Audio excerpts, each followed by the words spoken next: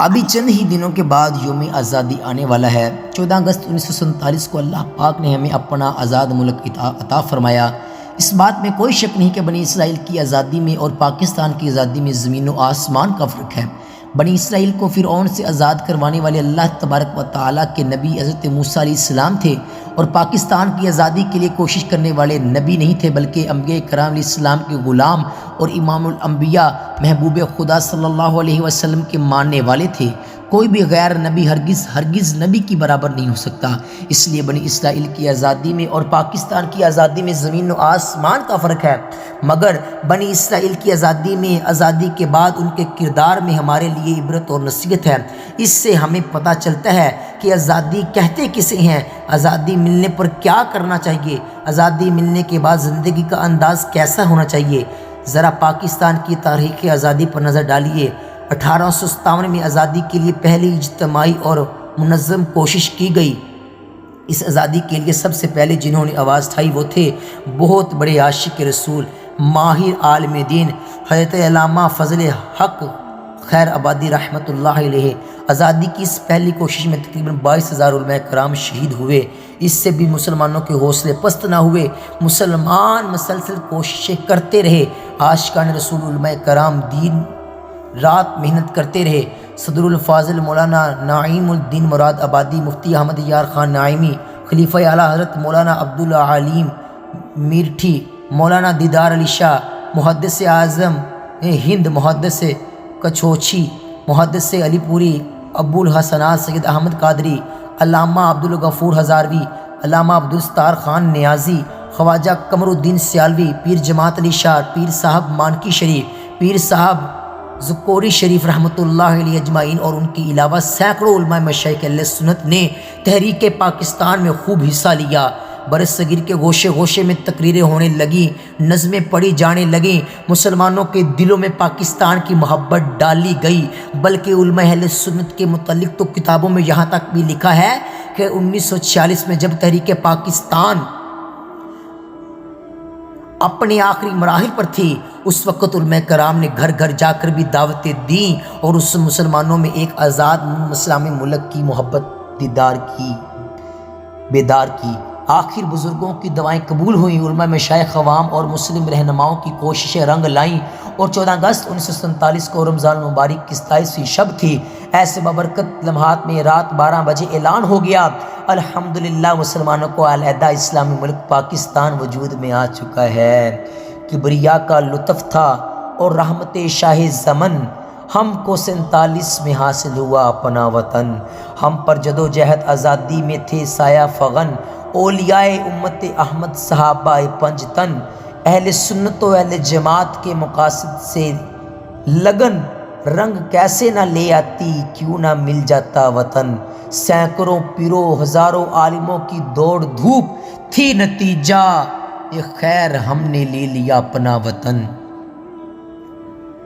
جس طرح بنی اسرائیل کو فرعون سے آزادی ملنا ایک بڑی نعمت تھی، اسی طرح ہمیں غیر مسلم حکومت سے نجات ملنا بھی رب کریم کا بہت بڑا انعام ہے۔ جیسے بنی اسرائیل ایمان والے تھے، فرعون کی زیر حکومت رہ رہے تھے، اسی طرح مغلیہ سلطنت کے زوال کے بعد برصغیر پر غیر مسلموں کی حکومت آئی، مسلمان ان کے زیر حکومت آ گئے۔ اب مسلمانوں کو ان کے بنائے ہوئے قوانین کے مطابق زندگی گزارنی پڑتی تھی۔ ظاہر ہے غیر مسلم جو قانون بنائے گئے وہ قرآن و سنت کے مطابق تو نہیں ہوں گے، اس لیے مسلمانوں کو قرآن کریم پر، سنتوں پر، اپنے دین کی تعلیمات پر آزادی کے ساتھ عمل کرنے میں دشواری تھی۔ حکومت جب چاہتی جس دینی مسئلے میں چاہتی رکاوٹ کھڑی کر دیتی۔ نماز پڑھنے میں مشکلات تھی، روزے رکھنے میں مشکلات تھی، قربانی کرنے میں دشواریاں تھیں، مسلمان قرضوں کے بوجھ تلے دبے چلے جا رہے تھے۔ آخر جیسے بنی اسرائیل پر کرم ہوا، انہیں آزادی کی نعمت دی گئی، یوں ہی رب رحمان نے اپنے محبوب ذیشان صلی اللہ علیہ وسلم کے صدقے ہمیں بھی آزادی کی نعمت سے مالا مال فرمایا اور ہمیں آزاد ملک عطا فرما دیا۔ اللہ پاک نے بنی اسرائیل کو فرعون کے ظلم و ستم سے آزادی عطا فرمائی۔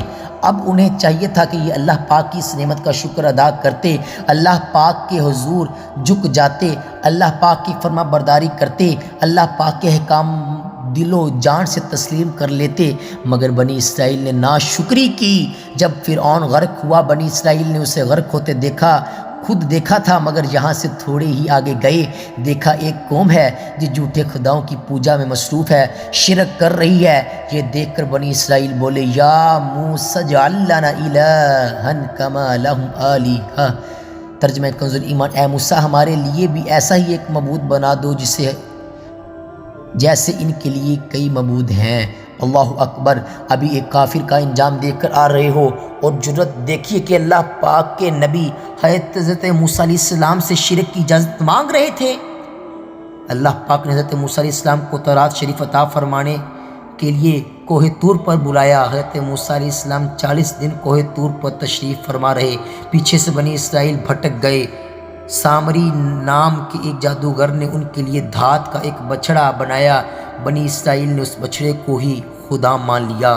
بنی اسرائیل کو تورات شریف عطا کی گئی، انہوں نے اس پر عمل کرنے سے صاف انکار کر دیا۔ اللہ پاک نے کوہ طور کو جڑ سے اٹھا کر ان کے سروں پر لٹکا دیا اور فرمایا، خذوا ما آتیناکم بقوۃ واذکروا ما فیہ۔ ترجمہ کنز ایمان مضبوطی سے تھا، امو اس کتاب کو جو ہم نے تمہیں عطا کی ہے اور جو کچھ اس میں بیان کیا گیا اسے یاد کرو، اس وقت اس ڈر سے کہ کوہ طور ہمارے اوپر نہ گرا دیا جائے۔ انہوں نے تو تورات شریف پر عمل کرنے کا وعدہ کر لیا، مگر اب پھر اپنے وعدے سے پھر گئے۔ غرض آزادی جو ایک بہت بڑی نعمت تھی، بنی اسرائیل کو چاہیے تھا کہ اس کا شکر ادا کرتے، مگر انہوں نے نافرمانی کی، حضرت موسیٰ علیہ السلام کی نافرمانی کی، اللہ پاک کی کتاب تورات شریف پر عمل کرنے سے انکار کر دیا۔ آخر ان پر اللہ تبارک و تعالیٰ کا غضب ہوا اور ان پر ذلت مسلط کر دی گئی۔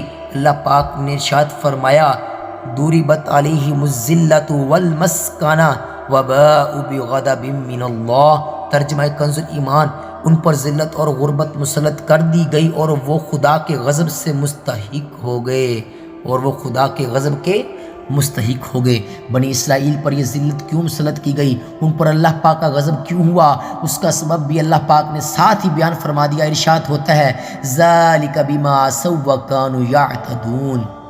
ترجمہ کنز ایمان، یہ اسی وجہ سے تھی کہ انہوں نے نافرمانی کی اور مسلسل سرکشی کر رہے تھے۔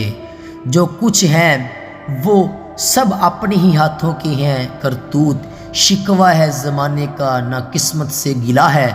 دیکھے ہیں یہ دن اپنی ہی غفلت کی بدولت، سچ ہے کہ بڑے برے کام کا انجام برا ہے۔ بنی اسرائیل کے ان منفی کردار کو سامنے رکھ کر ہم ذرا اپنے حالات کا بھی جائزہ لیں۔ اللہ پاک نے ہمیں آزاد ملک عطا فرمایا، یقیناً پاکستان رب ذی شان کا بہت بڑا احسان ہے، مگر ہم اپنا جائزہ لیں کہ ہم اس نعمت کی کتنی قدر کر پائے ہیں۔ ہاں، ہمارے علماء کرام نے پاکستان کے لیے جو قربانیاں دیں، وہ تقریباً 30 لاکھ افراد شہید ہوئے۔ یہ قربانیاں اس لیے تھی کہ تاکہ ہم اسلامی تہذیب و ثقافت یعنی کلچر کو آزادی کے ساتھ اپنا سکیں، قرآن کریم، حدیث شریف اور اسلامی تعلیمات پر آزادی سے عمل کر پائیں۔ کیا ہم اس پر پورے اتر رہے ہیں؟ کیا ہمارا چال چلن، ہمارے رنگ ڈھنگ، ہمارے طور طریقے اسلامی ہیں؟ پاکستان آزادی سے نماز پڑھنے کے لیے بنایا گیا، کیا ہم نماز پڑھتے ہیں؟ پاکستان آزادی سے روزے رکھنے کے لیے بنایا گیا، کیا ہم رمضان کے روزے رکھتے ہیں؟ پاکستان آزادی سے تلاوت کرنے، آزادی سے قرآنی تعلیمات پر عمل کرنے، آزادی سے سنتیں اپنانے کے لیے بنایا گیا۔ اس لیے بنایا گیا تاکہ ہم داڑھی رکھیں تو کوئی ہم پر اعتراض نہ کرے، ہم سنت کے مطابق لباس پہنیں تو کوئی ہماری طرف انگلی نہ اٹھائے، ہم نماز پڑھیں، امامہ پہنیں، ہاتھ میں تسبیح اٹھائیں تو کوئی ہم پر طنز نہ کرے، ہماری مائیں بہنیں شرعی پردہ کریں، چادر اور چار دیواری میں رہیں تو کوئی انگلی نہ اٹھائے، کوئی اس کا مذاق نہ اڑائے۔ انصاف سے کہیے، کیا ہم سب یہ کرتے ہیں؟ کیا ہمارے چہرے پر سنت کے مطابق ایک مٹھی داڑھی شریف ہے؟ کیا ہم سنت کے مطابق لباس پہنتے ہیں؟ کیا ہم اسلامی تہذیب اور ثقافت کی تصویر بن پائے ہیں؟ کیا ہماری مائیں بہنیں بیٹیاں شریعت کے مطابق پردہ کرتی ہیں؟ اور جب کوئی عاشق رسول اسلامی طور طریقے اپناتا ہے تو کیا معاشرے سوسائٹی میں اسے عزت کی نگاہ سے دیکھا جاتا ہے یا اس پر طنز کے زہریلے تیر برسائے جاتے ہیں۔